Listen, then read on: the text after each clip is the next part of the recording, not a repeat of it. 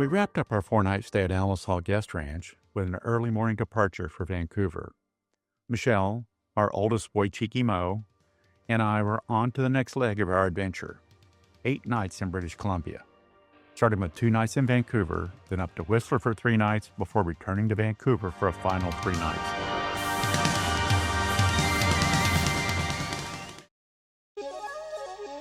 I travel, I visit amazing destinations, stay in interesting hotels, and cruise the rivers and the seas. For over 30 years, I've researched, sourced, planned, and operated group and incentive travel programs around the world. I'm Wayne Waldron, and this is my incentive life.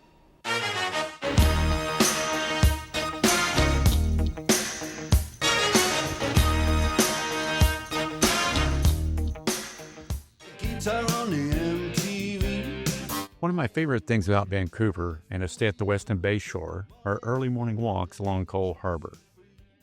As I returned from my walk that first morning, a familiar voice called out, "I know you." It was Todd, the Bayshore's 6'6" doorman, a big guy with an even bigger personality and over 30 years of greeting arriving guests, setting the tone for their stay. The longevity of hotel staff with a property can speak volumes in terms of guest experience and its ability to influence your stay.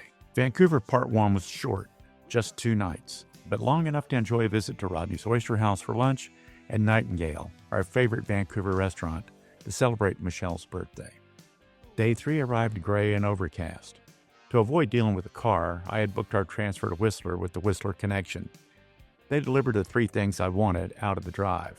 It was on time, someone else was driving, and I had the chance to enjoy the scenery and relax.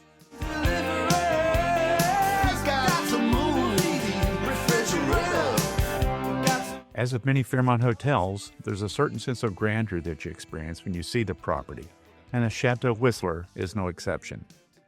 Offering an upscale mountain village experience, Chateau Whistler has something exciting around every corner and just out the front door. Our days go something like this. I get up early, grab a latte, and go for a walk. Once Michele stirs, I get her latte, and once she's up and around, our day officially begins. Our midday meal plans revolved around enjoying a cocktail and a light lunch in the Mallard Lounge. It was busy with families in the spring break crowd, but we always found a good spot to sit and enjoy. But there's more to Whistler than just spending time in the chateau. If your goal is to make the most of what the mountain has to offer, nothing is far, and fun is almost guaranteed. The snow was calling, and the spring break crowd was making the most of it as traffic on the mountain started to build for the day.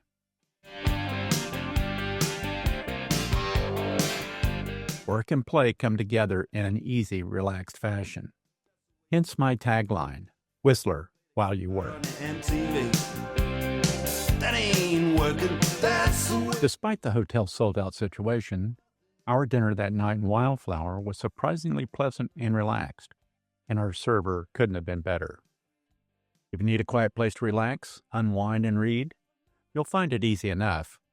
But if you want more energy in your day, your options are endless. The plan is to just chill and enjoy your visit. It's a tough spot to beat. For us, one of the best things is to spend time with friends who live or work in Whistler. Friends like Allison Staley, Manager Meeting and Incentive Sales, Western U.S. for Tourism Whistler, and Linda Chang, Senior Sales Manager for the Hilton Whistler Resort and Spa. Enjoying cocktails and dinner at the Hilton Whistler with Allison and Linda made our visit just a bit more special, and our group picture with the Bears a bonus. A quick note about the Hilton. Any and everything you want is close. Access to the mountain? Ski lifts are just out the back door. Dining and shopping options? Same answer, just out the back door. Feeling the need to grab a latte, a pastry, or a light snack while working or checking email in a quiet, purpose-built spot? Try the Prairie Cafe in a quiet corner of the lobby and make the most of it. Or perhaps it's time for a cocktail or a bite to eat. Cinnamon Bear offers both, delivering a chill demeanor that lets you relax and enjoy. And if it's meeting space you're looking for, enjoy the hotel's recent renovated space to complement their updated sleeping room product. This quick visit to Whistler only scratched the surface. and didn't leave time to become reacquainted with the Four Seasons Hotel in the Upper Village and the Westin Whistler in the Lower Village, two more of my local favorites. And certainly there are other choices, but these four are the ones I know and trust to deliver a superior experience. The morning of our return to Vancouver dawned with clear blue skies, perfect weather to make the return visually superior to our gray Whistler arrival. What a difference a couple of days can make. And note the difference, the drive up versus the trip back. Same location, but so different. Our return to the city ended with our arrival at the Douglas, a Marriott tribute property that shares a footprint with the JW Marriott Park Vancouver. Smaller, a bit darker, hip, and very special. The Douglas is everything you might want in a boutique hotel. First time I stayed at the Douglas, it had only been open a couple of weeks. I didn't know what to expect, but the Douglas and the JW delivered as if they had been open for years. Fast forward a few years, and things have only gotten better. Fun fact, the front desk at the Douglas was created from the trunk of a single Douglas fir tree, and it's magnificent. Look at you. I should have learned to play the guitar. One of our daily adventures was the chance to view a Banksy exhibit, an opportunity that doesn't often arise. Visually engaging, thought-provoking, and, ultimately, a lot of fun. After 2 nights in Douglas, it was time to move next door and use my one-night stay at the JW.